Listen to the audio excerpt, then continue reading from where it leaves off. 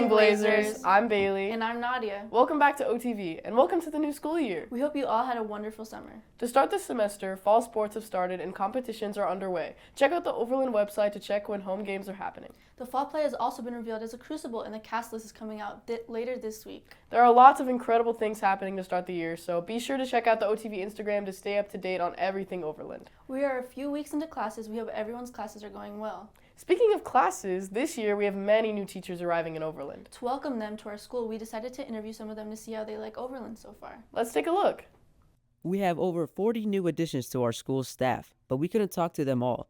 Fortunately, we got to interview 3 of them. Our new staff all have different backgrounds, some having taught in other districts and cities, while others having taught and been in our district for a long time. I love teaching. Teaching was my first job. I was a social studies teacher and I love teaching. It was an amazing experience. I had to figure some stuff out, but it was for the most part amazing and interesting. So this is my 5th year teaching. I previously was a kindergarten teacher at Village East Elementary, so I was in the feeder, the Overland feeder. But yeah, it was definitely a lot different, and I'm really excited to be at Overland. My experiences in teaching, I started off, actually taught a year up in Weld County in Greeley, and then I taught 14 years in Denver Public Schools. So I taught at Montbello and Manual and Lincoln High School. And then the last 2 years have been down in Douglas County at Ponderosa and Parker. So this is my first time in Cherry Creek, but it is my 17th year teaching math. So right. Needless to say, all the new staff had specific motivations to come and be part of the Overland family. I graduated from Overland in 2013, so it motivated me to come back home and be back where I started. So I'm actually an Overland graduate. I graduated in 2015. So just coming back here to my home, the community I grew up in, was really important to me. So I'm excited to be back here. Overland has already made some first impressions on the new staff. I mean, it's a lot different coming back as a teacher now when I was a student here. But just the sense of community and like family and stuff, I think it's very strong here within the staff and within the students. Just a very positive place to be. there's definitely a lot of personality here, which is amazing, and students aren't afraid to be themselves, which helps me be a little bit more open to being who I am with them.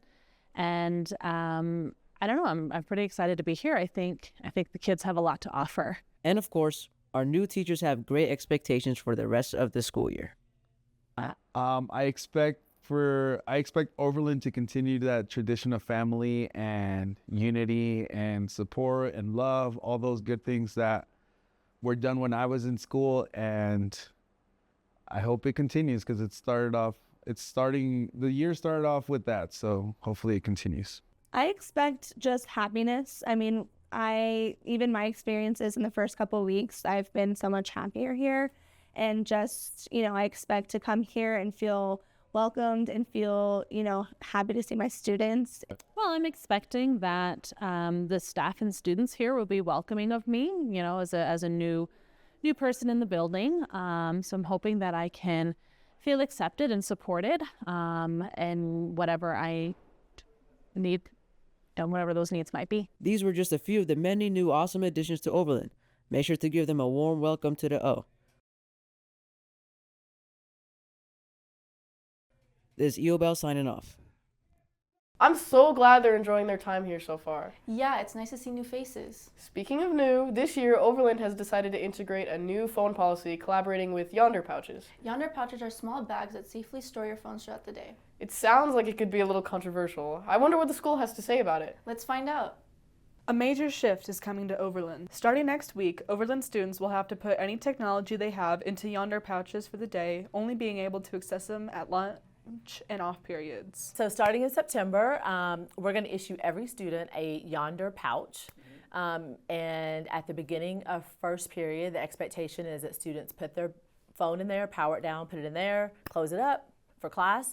And then that will be closed up and on you. We're not taking the phones from students during academic time. So whenever you have an off period or lunch, students will be able to access their phone. But this isn't new to everyone, at least not to Miss Blank and her students. So I actually purchased the pouches in 2017. So I've used them kind of intermittently for the last few years.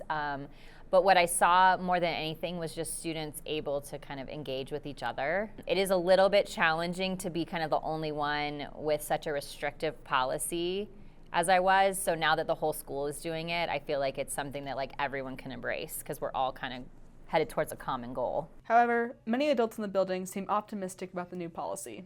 The feedback I've received about the policy or the practice, the expectation around cell phones at Overland have actually been pretty positive. I think people are excited to have the permission to not be on their phones. You know, when everybody's on social media and everybody's constantly working on our phones, I think there becomes like a FOMO associated with it. But if you know that all of your friends are in class and they don't have access to their phones, it like gives you the freedom to put that on hold and just focus on your learning. Yonder pouches have become a new normal in the world, with many public places opting to use these. But that doesn't change the fact that many students are not prepared for this change. I found out about the policy over the summer, and I was initially skeptical that the school would implement it correctly. I thought it was like, I knew it was necessary because phones were becoming a big issue, but like everyone else, I was pretty annoyed. I didn't like it, but I could see why they put it in place. I guess the biggest concern is that, like, I guess if they don't have enough magnets to unlock the pouches, it could be great, like bigger blockades in the hallways or like bigger stopping points when people want to try to get through places and things like that. The fact is, people can just unlock these using magnets, so if they don't implement them correctly, it could just be ineffective. The best part of this policy is that you get to focus on work and it can help you study more. The best part is probably going to be that like the teachers aren't going to feel disrespected anymore, because that is like a big thing I've noticed. Teachers do get offended quite a lot when you're using your phone. I think the best part of this policy is the fact that it allows students to be more engaged in classes. With the start date of this new policy looming, the future of Overland classrooms hangs in balance. This is Allison signing off. I should let people know about the new phone policy. Wait, I can't find my phone. Oh, wait, I think I can see it. Where? Over yonder. Oh, thanks. Anyways, that's all we have for today. We'll be back with a new episode in September. Bye, Blazers!